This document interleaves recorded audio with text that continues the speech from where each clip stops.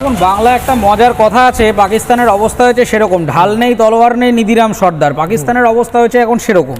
2022 সালে ভারতবর্ষের Ambala military base থেকে অ্যাক্সিডেন্টালি আমাদের একটা ব্রাহ্মোস মিসাইল সেটা লঞ্চ হয়ে যায়। এটা কোনো মানে অ্যাটাক ছিল না, ইট ওয়াজ অ্যান অ্যাক্সিডেন্ট।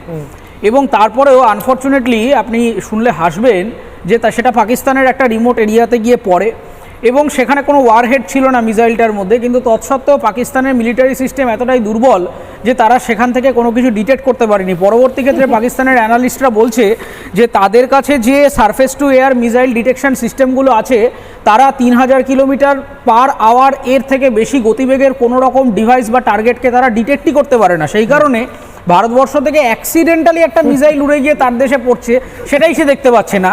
তাহলে আমরা যদি একবার প্ল্যান স্ট্র্যাটেজিক যুদ্ধ করি তাহলে পাকিস্তানের যে কী হবে সেটা মোটামুটি বোঝা যাচ্ছে। 22 এপ্রিলের পর থেকে যার লেটেস্ট ডেটা আমার কাছে আছে সেখানে অ্যাপ্রক্সিমেটলি পাকিস্তানের শেয়ার বাজারে, যেটা স্যার বলছিলেন, অ্যাপ্রক্সিমেটলি $2.5 বিলিয়ন ক্র্যাশ হয়ে গেছে, মার্কেট ক্র্যাশ হয়ে গেছে। মানে তাদের অর্থনীতির অবস্থা একেবারে ভেঙে পড়েছে।